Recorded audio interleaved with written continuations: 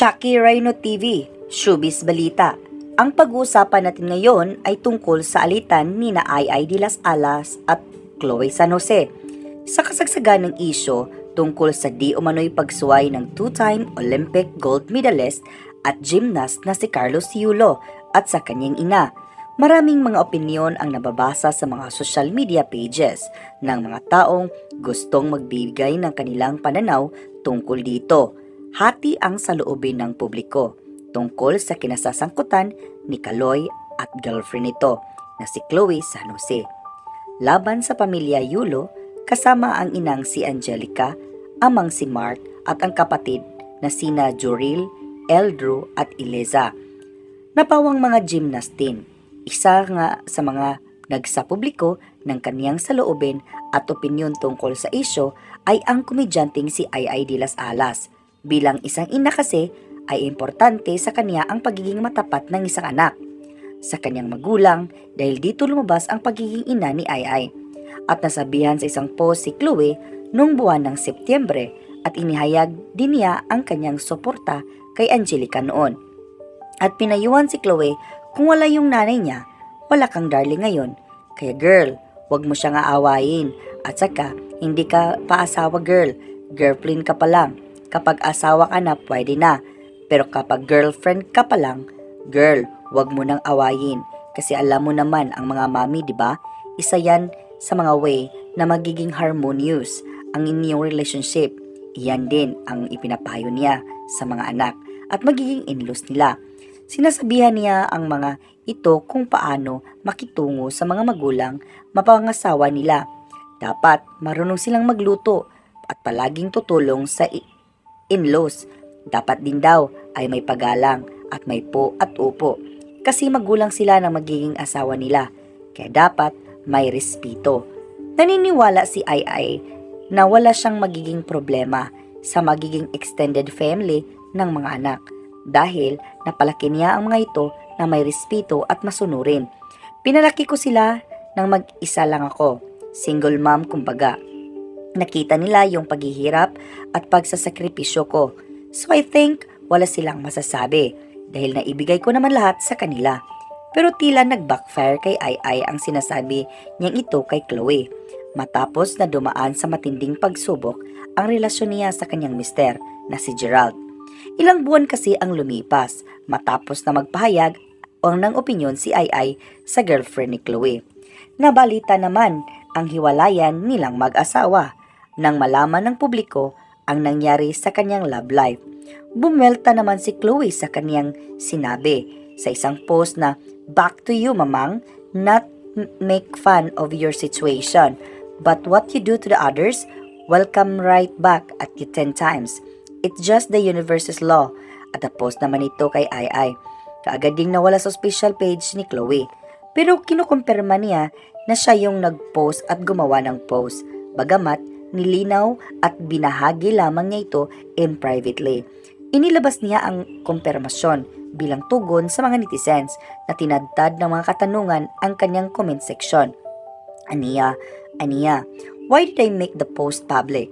Because I do not involve myself and other people's private lives publicity, especially with understanding and knowing the full story, and contribute to all clown and take entertainment. It's beyond my control.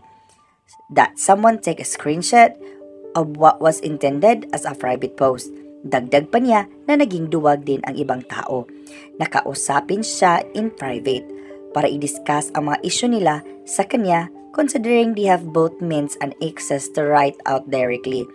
The true courage, matapang and meaningful discussion take place offline, not on the internet.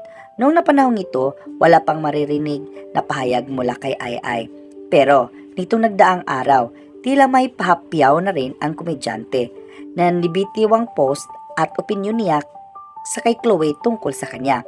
Nabasa ang komento nito sa isang post na ginawa ni Director Daryl Yap sa kanyang social media page.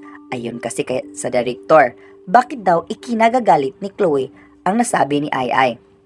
Noon, kung tama naman ang girlfriend pa lang ang estado niya. Ang nababasa namang sinabi ng komedyante ay matatandaan din ay nagkakainitan ang anak ni Ai na si Sofia at si Chloe sa social media nang biglang makitang sinagot ng bunso ng komedyante. Pasaring ni Chloe sa kanyang ina. Aniya, matapang ka public. Ano naman post mo regarding my mom? Kita tayo sa Maynila. Matapang ka eh. Sinagot naman ito kaagad ni Chloe ng message to you kasama ang smiling face with hearts emoji. Ngunit may ilang komento naman si Chloe na nagsasabing fake account ni Sofia ang nag-comment sa kanyang post. Subalit, nagpaalam na sa totoong Facebook accounts yung anak ni Ai na pinafollow din ng personal account ng komedyante. Sa sobrang katapangan nga na ipinakita ni Chloe, nagme-message din siya sa mga mag-ina at wala itong bahid ng takot. Mayroong isang netizen kasi na nagsasabi na kaya na inalis o binura ang previous post niya dahil natatakot siya sa mag-ina. Sagot naman ni Chloe, I messaged both Sofia and her mom Ai while CFD Evan reply, FYI, I don't delete my post.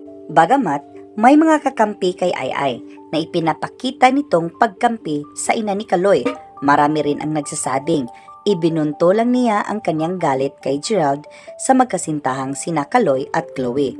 Sa magkasintahang sina Kaloy at Chloe na pinagdaanan na si Ai sa kanyang mister, imbes na ibuhos ang galit niya sa taong minamahal at pinakaslan, sa ibang tao na lamang niya ito ibinaling.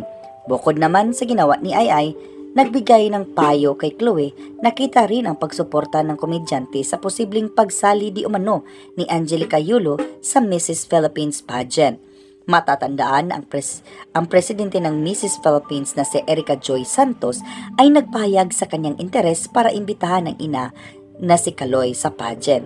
Para kay Ai, malakas ang paniniwala niya sa Q&A portion, pero kailangan din niya ang magpa-sexy bago sumali sa pageant. Kailangan din niyang itong gawin para umuwing isang winner. Pero hindi lang dito nagtatapos ang pagpapakita ng suporta niya ni Ai. Dahil naging ang online selling business ni Angelica, suportado rin niya. Sinasabi at nangako si Ai na tutulungan niya sa negosyo si Angelica Yulo at bibili rin ng mga items na ibinibinta nila sa live selling. Nakita ko sila na may nag-send sa akin ng messenger. Kailan kaya ulit live selling nila? Bibili ako. Support ko ang live selling nila. Samantala unti-unti namang ginawa ni Ai ang pag-move on sa kanyang heartbreak. Nakita niya ang ilang post sa social media at nabalik na ang pagpapaseksi sa pamamagitan ng pagpunta sa gym at pag-attend ng mga sessions kasama ang kanyang coach. At si Chloe naman ay tila maganda ang haharapin kung magdidesisyon siyang pumasok sa showbiz bilang isang singer. Kumakailan lang din kasi ay naimbitahan siya at nakasama sa lineup ng mga artist na nag-perform sa katapos pa ng Mix Music Awards 2024. Mga ka-Chucky TV, anong masasabi niyo sa istoryang ito?